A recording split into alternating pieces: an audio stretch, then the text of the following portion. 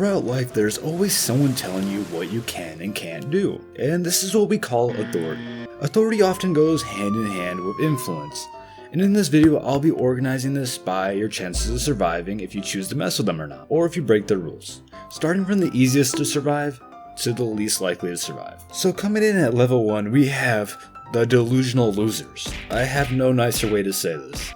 This is where the people are just straight loons, and honestly the only reason they have any authority is because of the company's customers come first mentality. So we have the Karens. All their authority comes from the patience of other people, being able to deal with their toddler-like meltdowns. And usually their meltdowns just go a little like this. I worked 10 hours! All I want is Wingstop! Well, okay ma'am, if you want wings then let me take your order please. And now on to level 2, the power trippers. This is where the authority and or power is real, but honestly on a level that literally no one cares about. And to be completely real with you guys, people might think less of you if you actually have this authority. I'm talking about Discord mods, or maybe even Reddit mods. You know, I was gonna make a joke about how your average mod looks, but yet again, hippos also got that server mod physique, and they are actually one of the more dangerous creatures of this world. I mean, in mod in the wild, they probably look a little like this.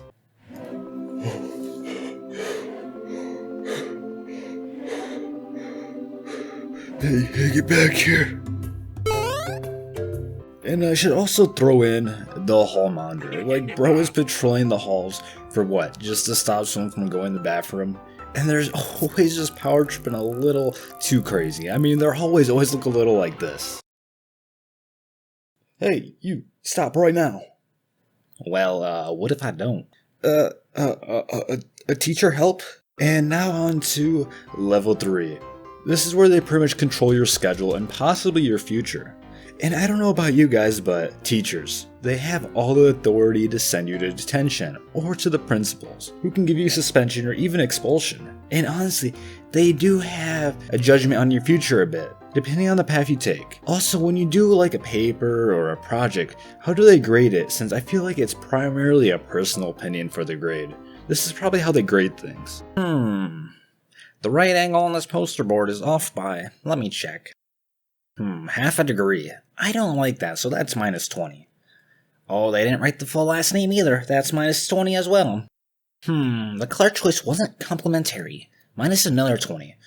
Alright, let's call that good at 40%. And here we are at the middle. Level 4. They have nearly fully control of your life. And you know, we might not like to admit it, but if you really think about it, your parents are quite often a major factor in your life trajectory. And this isn't even about finances. It's about intelligence, and whether it be emotional, intellectual, or even just straight wisdom. But there is a silver lining in this. This day and age, we have the internet, which has a vast wealth of information, and I'm gonna be honest, I've learned a lot from the internet and books. But bad parents can really teach you some things that can just lead you down a path like this.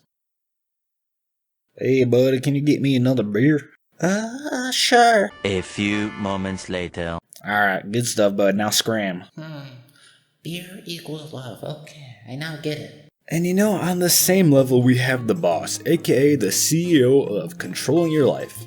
And you might be a little confused, but really think about how crazy it is that they control when you sleep and wake up as well, when you eat, and if you can take a vacation. I mean, it really is quite the reality, but it still feels pretty restrictive. I mean, a boss is really just like this. Yo bro, go hop on that machine for the day. Well, how about no? Well, alright, we can just get rid of you, and you can go starve and be homeless.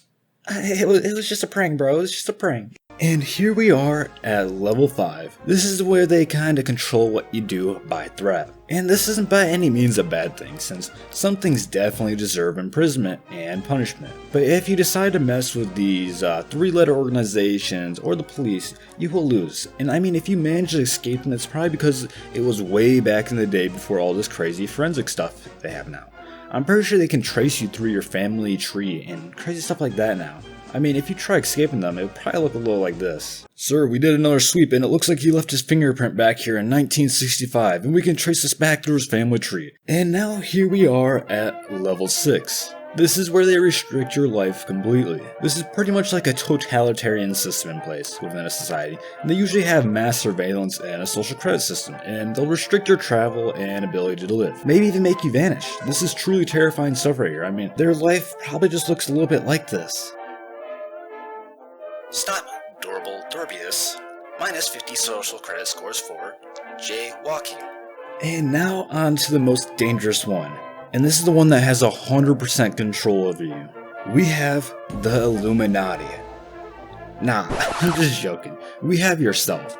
There's people who were born into North Korea and have escaped and became successful, as well as disabled people making it. So honestly, that's gotta be the point to being the biggest control of your life is yourself. I mean, the reality of this looks a little like this.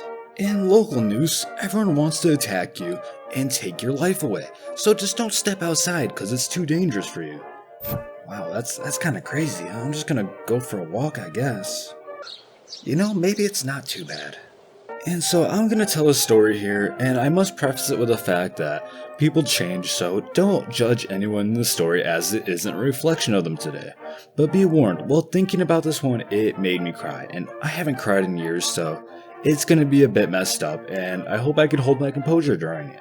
But as a child, my mother, she was an alcoholic and would often be unconscious early in the night, locked away in her room, leaving me with an angry brother. So angry I tried to get away from him, and he'd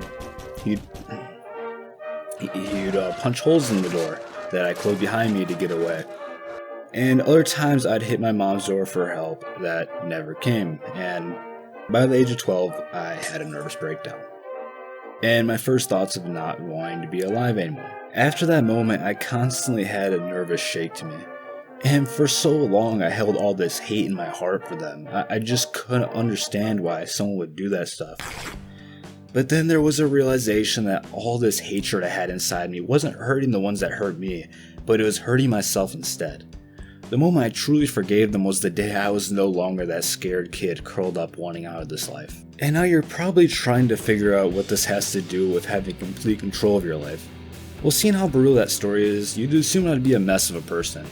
And I was for a while. It's taken me years to fix some of these things.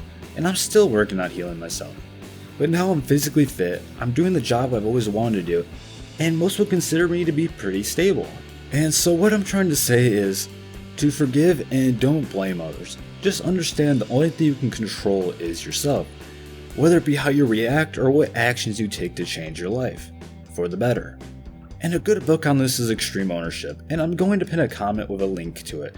And fair warning, it will be an affiliate link, so if you want to support me, feel free to pick up that book. And if you decide to buy it, thank you. But thanks for watching, and if you're looking for another video, feel free to watch this one right here.